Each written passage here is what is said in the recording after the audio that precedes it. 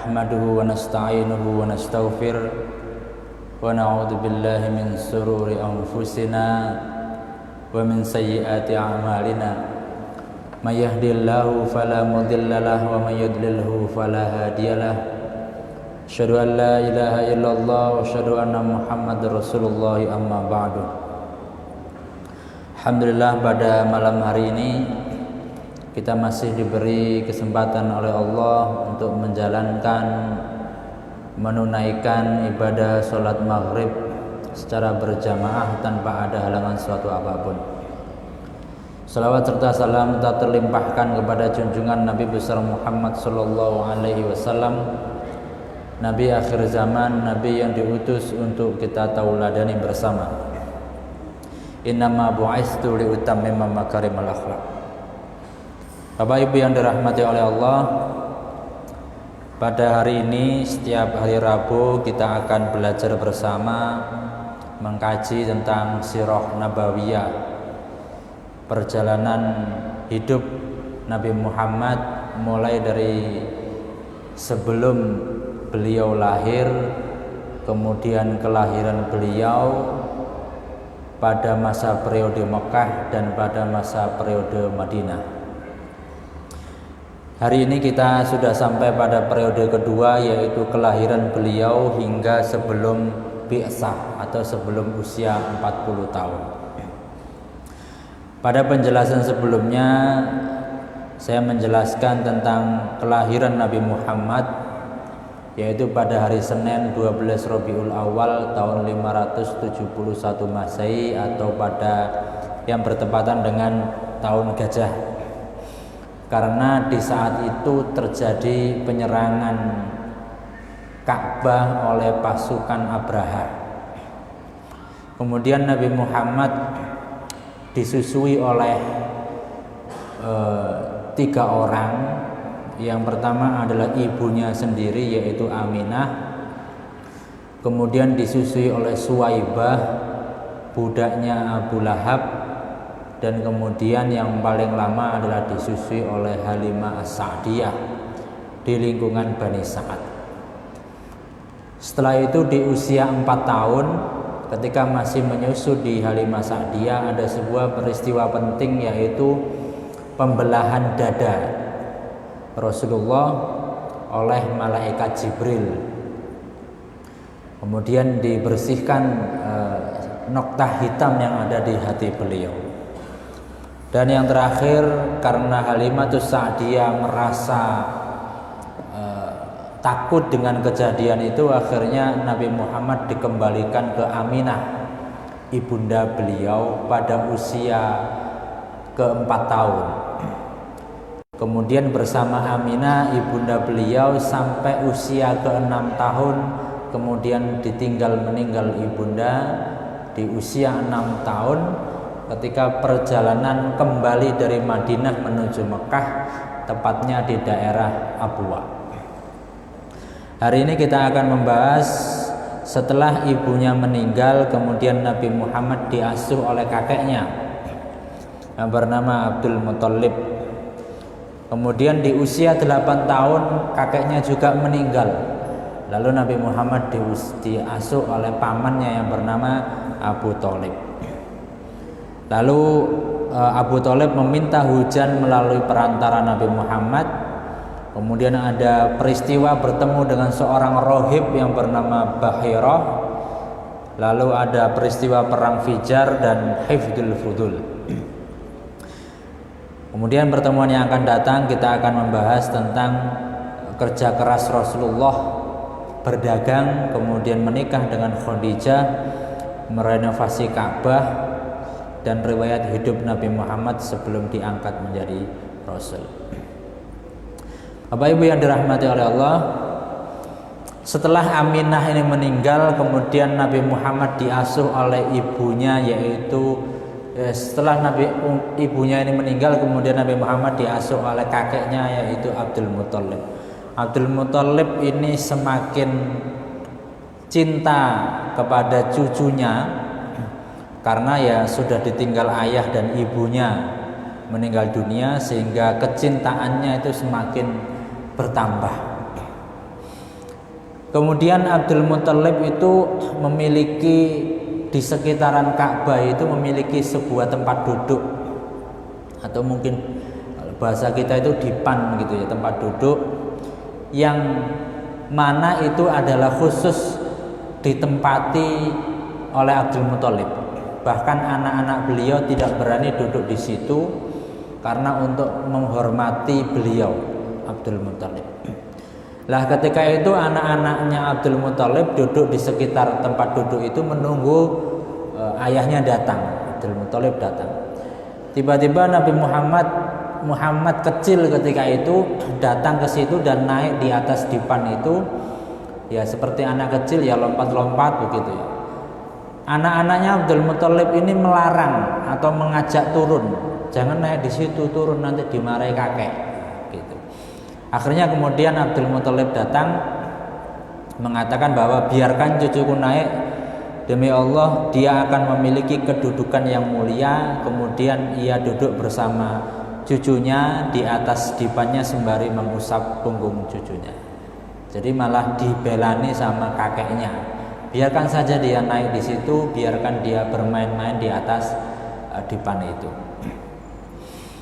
Kemudian setelah hidup bersama kakeknya, berarti usia 6, 7, 8, 2 tahun bersama kakeknya, usia 8 tahun 2 bulan 10 hari kakeknya Abdul Muthalib meninggal dunia. Kemudian mewasiatkan kepengasuhan Nabi Muhammad ke pamannya, yaitu Abu Thalib, saudara kandung dari ayahnya, berarti saudaranya Abdullah, ya, Abu Thalib atau pamannya. Nah, bersama Abu Thalib, nah ini peta Abwa atau lokasi di mana meninggalnya ibundanya Nabi Muhammad, yaitu Abwa itu posisinya antara Mekah dan Madinah. Jadi kalau di situ ada keterangan yang oranye itu makamnya Abdullah, yaitu di Yasrib di Madinah. Kemudian yang kotak bawah itu makamnya Aminah. Jadi kalau perjalanan dari Mekah Yasrib ke Mekah, Madinah ke Mekah 430 km. Kalau dari Yasrib ke Abwa itu 210 km, berarti hampir separuhnya. Berarti betul-betul ada di tengah-tengah antara Mekah dan Madinah. Kemudian saya telusuri posisi kalau makamnya Rasulullah kan ada di dalam Masjid Nabawi. Kalau makamnya Abdullah ada di Baqi. Nah, makamnya Aminah ini ada di Abwa. Saya telusuri itu bentuknya hanya seperti ini, tapi mungkin tidak pernah terjangkau oleh kita yang ke sana ya, karena lokasinya jauh dari Mekah dan Madinah. Kemudian hidup bersama pamannya, yaitu Abu Thalib. Nah, ini paling lama bersama pamannya sampai hampir 40 tahun, sampai Nabi Bi'sah pun pamannya masih bersama dengan Rasulullah. Abu Thalib mengambil hak asuh saudaranya dengan sepenuh hati. Jadi Muhammad sudah dianggap sebagai anaknya sendiri, bahkan dibela, diutamakan ketimbang anak-anaknya sendiri. Jadi Abu Thalib punya anak, itu lebih sayang kepada Nabi Muhammad daripada anaknya. Saking sayangnya pada anaknya. Lebih dari 40 tahun Abu Thalib mendampingi Rasulullah. Jadi ia melindungi Rasulullah, menjadi sayap perlindungan kepada Nabi Muhammad. Tapi sayangnya Abu Thalib meninggal dunia dalam keadaan masih musyrik atau belum memeluk Islam. Itu nanti kisah meninggalnya Abu Thalib ini antara Abu Jahal dan Nabi Muhammad itu berebut menggeret keyakinan Abu Thalib. Yang Nabi Muhammad meminta untuk bersahadat, yang Abu Jahal meminta tetap pada agama nenek moyangnya. Pada akhirnya kemudian Abu Thalib meninggal dalam keadaan musyrik. Kemudian turunlah innaka lan tahdi man ahbabta Walakinnallaha yahdi may yasha. Sungguhnya engkau tidak bisa memberikan hidayah kepada orang yang kamu cintai, tapi Allah lah yang memberikan hidayah pada orang yang dicintai. Kemudian selama hidup dengan Abu Thalib ini pengurus Ka'bah ya, mengurusi Ka'bah, memberikan sikoyah warifadho, memberikan minum dan makan kepada jamaah haji. Kemudian ada satu peristiwa di mana di sana itu lembahnya sangat kering, ya sudah kering, ini lebih kering lagi. Kemudian Abu Thalib diminta oleh orang-orang sana untuk berdoa meminta hujan. Akhirnya kemudian Nabi Muhammad digandeng, tubuhnya Nabi Muhammad ditempelkan di Ka'bah, kemudian hujan turun. Keluarlah Abu Thalib bersama seorang anak kecil, menggandeng anak itu, kemudian menempelkan tubuhnya ke dinding Ka'bah dan mendekapnya. Tiba-tiba kemudian langit yang awalnya tidak berawan menjadi berawan, awan mendung datang dari berbagai arah lalu menumpahkan hujan deras. Sehingga kemudian Nabi Muhammad dikenal dengan salah seorang bocah yang mampu mendatangkan hujan. Ini menjadi inspirasi sebuah novel. Ada tetralogi novel tentang Nabi Muhammad yang ditulis oleh Tasarruf GK. Pernah baca? Saya lihatkan covernya. Nah ini Muhammad, sebuah novel biografi Muhammad lelaki penggenggam hujan. Jilid yang kedua, buku kedua Muhammad para pengeja hujan. Buku yang ketiga Muhammad sang pewaris hujan. Buku keempat Muhammad generasi penggema hujan. Nah ini sama saja dengan cerita Nabi Muhammad sirah, tetapi dikemas dengan novel gitu. Ya, jadi bahasanya mungkin kalau di sirah itu kan mungkin ada banyak ayat, banyak hadis, terus bahasanya itu kaku gitu ya. Tapi kalau novel ini lebih mengalir begitu ya. Tapi mungkin ada banyak penambahan karena di situ adalah novel. Sama dengan novel biografi, mungkin sekarang anak muda itu disuruh baca itu kan susah. Baca sejarah itu kan susah. Akhirnya sejarah itu dibuat novel. Ada novel Buya Hamka, ada novelnya Ahmad Dahlan, ya, ada novelnya Nyai Walidah. Itu dalam rangka apa? Dalam rangka mensosialisasikan atau mendistribusikan pengetahuan melalui bahasa yang mudah, yaitu novel. Novel aja masih banyak yang malas baca, akhirnya difilmkan, ya kan? Sang Pencera kan sudah difilmkan. Nyai Walidah sudah difilmkan. Akhirnya baca novel malas, lihat film malas, ya nggak dapat apa-apa. Ya, kemudian peristiwa selanjutnya adalah bertemu Rahib Bahiro. Ini adalah pada usia beliau yang ke-12 tahun. Nabi Muhammad diajak berdagang ke Syams pada usia 12 tahun. Ya, bersama Abu Thalib. Tatkala Rasulullah berusia 12 tahun, Abu Thalib mengajaknya berdagang ke wilayah Syams. Daerahnya namanya Busra. Usia 12 tahun itu Nabi Muhammad sudah belajar berdagang, sudah belajar mencari uang. Kita usia 12 tahun itu kelas berapa ya? Kelas 6 ya. Itu satu SMP atau kelas 6. Itu masih minta orang tua uang gitu. Nabi Muhammad sudah nggak punya orang tua. Ya, sudah mulai belajar berbisnis. Maka pada pertemuan yang akan datang kita akan lihat seberapa besar mahar Nabi Muhammad kepada Khadijah. Di daerah ini ada seorang rahib, pendeta yang terkenal yang bernama Bahiro, atau nama aslinya itu George. Bukan George Bush ya. George Bahiro. Ya, dulu itu pendeta karena Islam kan belum datang ya, agamanya Nasoro. kemudian beralih kepada Islam. Tetapi di kitab-kitab orang-orang Nasrani itu disebutkan bahwa akan datang nabi terakhir. Nah, gitu. Orang-orang yang betul-betul memahami kitab-kitab orang Nasrani yang betul-betul asli, dia akan mengakui kenabian Nabi Muhammad. Ya. Kemudian Bahira ini tahu bahwasanya akan lewat sebuah kafilah yang dia itu membawa seorang calon nabi. Jadi ada setiap kafilah datang setiap hari wirawiri di dekat tempat tinggalnya, dia acuh saja begitu ya. Lah ketika ada kafilahnya Abu Thalib ini, Bahira beranjak. Dia mendekati kafilah yang Abu Thalib yang dia itu sedang berteduh di bawah pohon.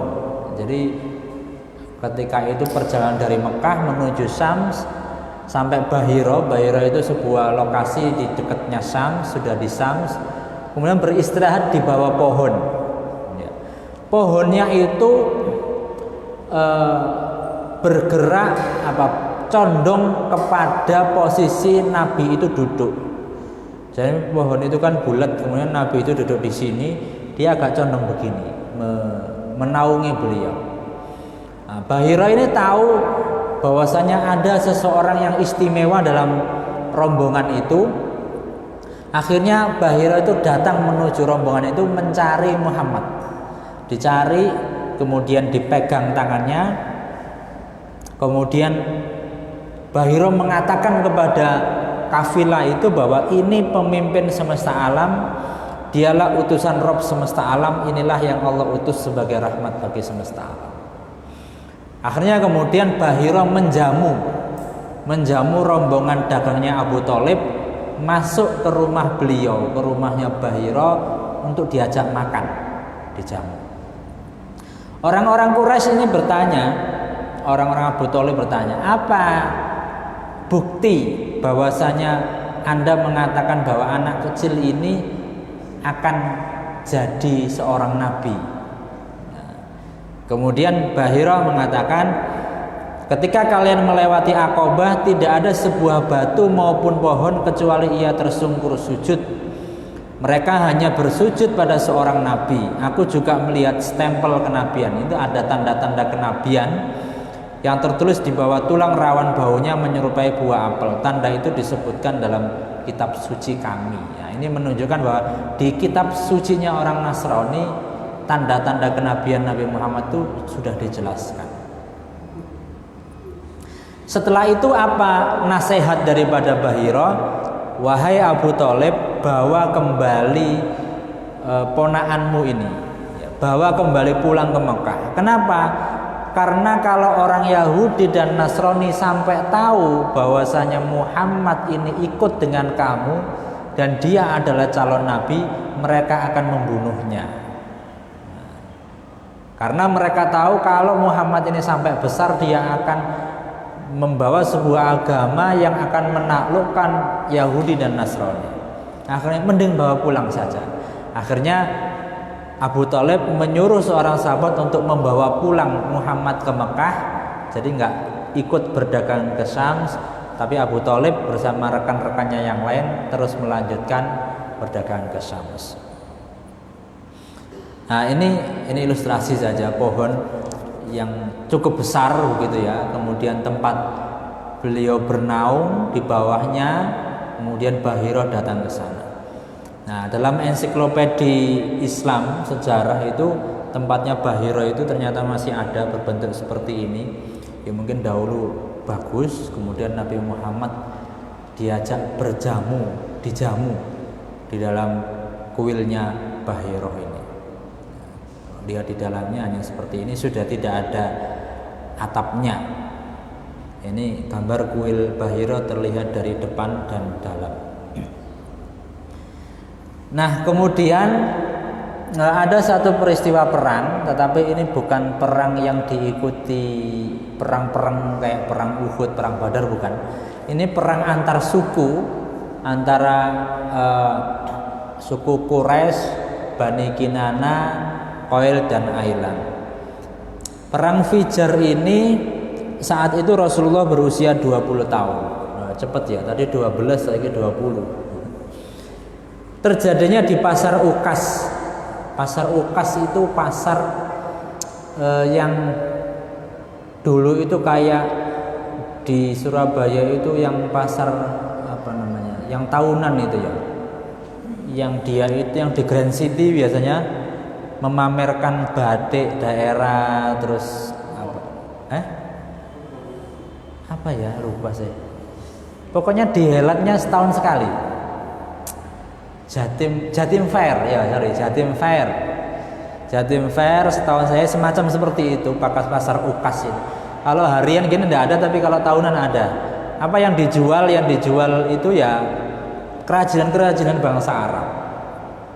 Salah satunya itu ya kayak mereka itu mendemonstrasikan syair-syair, gitu ya.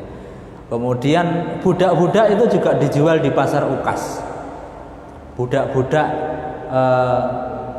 yang dimiliki oleh orang Arab itu juga sebagian dijual di pasar Ukas.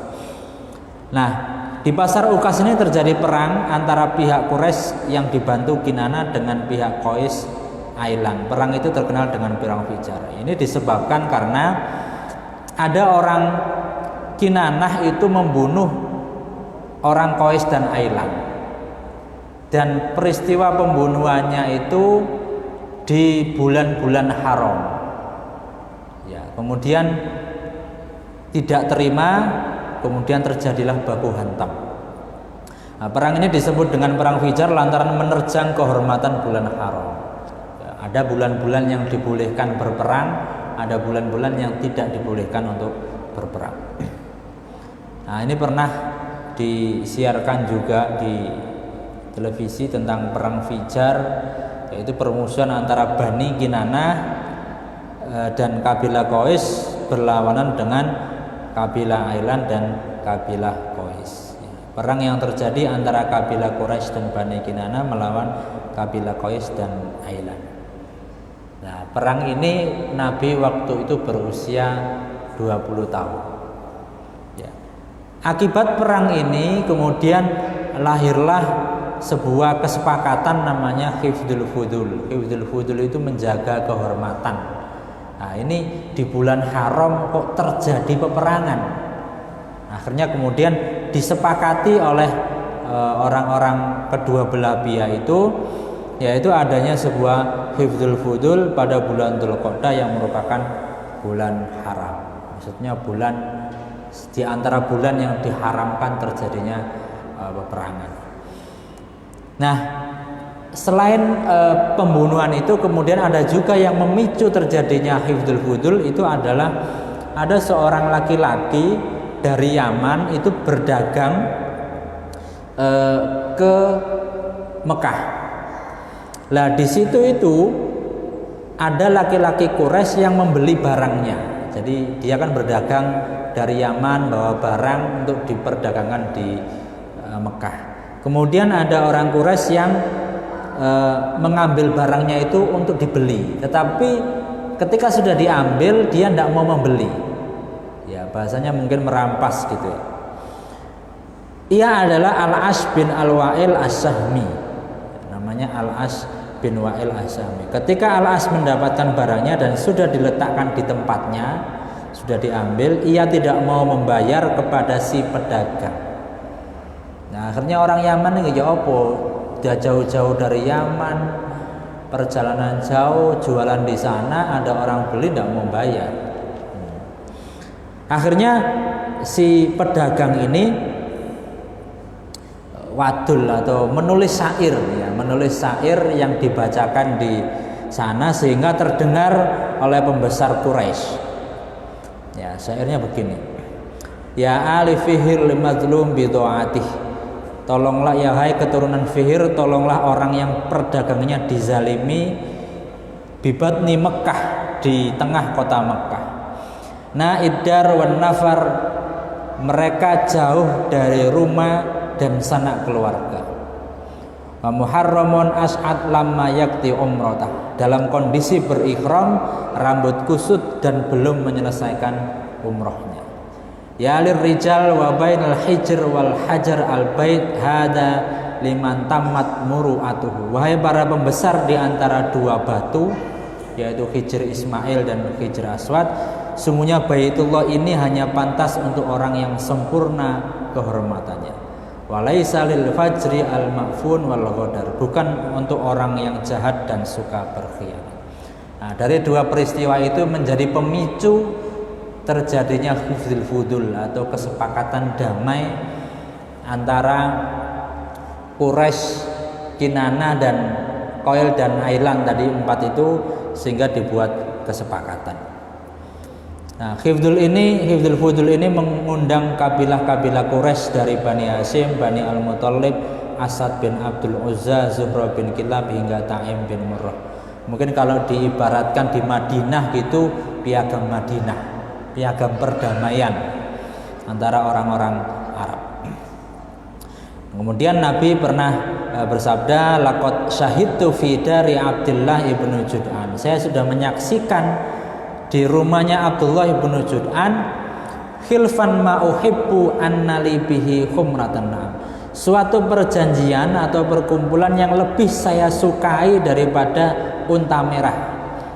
Walau ud'a bihi fil Islam la ajabtu. Kalau seandainya saya diundang ketika masa Islam datang, maka saya pasti akan memenuhinya. Nah, jadi ini perjanjian yang membentuk keakraban antar suku-suku di Mekah ketika itu. Ini terjadinya ketika Nabi Muhammad berusia 20 tahun. Ya, mungkin itu yang bisa saya sampaikan. Insya Allah pertemuan yang akan datang itu usia ke-25, karena Nabi Muhammad menikah dengan Khadijah usia ke-25, sedangkan Khadijah usia ke-40 tahun. Nanti ada hikmahnya kenapa istri Nabi yang pertama itu lebih tua banget. Kenapa kok tidak yang muda-muda? Ternyata Khadijah walaupun tua begitu banyak yang nyari. Kenapa? Karena bahasanya orang sekarang itu rondo teles gitu ya. Rondo tapi teles itu mesti agak duite gitu ya. Jadi ada banyak hikmah kenapa Nabi Muhammad menikah dengan Khadijah yang lebih tua dan mungkin juga lebih kaya. Untuk diantaranya adalah untuk mensupport dakwah Nabi Muhammad SAW. Itu yang mungkin bisa saya sampaikan untuk persiapan sholat Isya. Billahi taufiq wal hidayah. Assalamualaikum warahmatullahi wabarakatuh.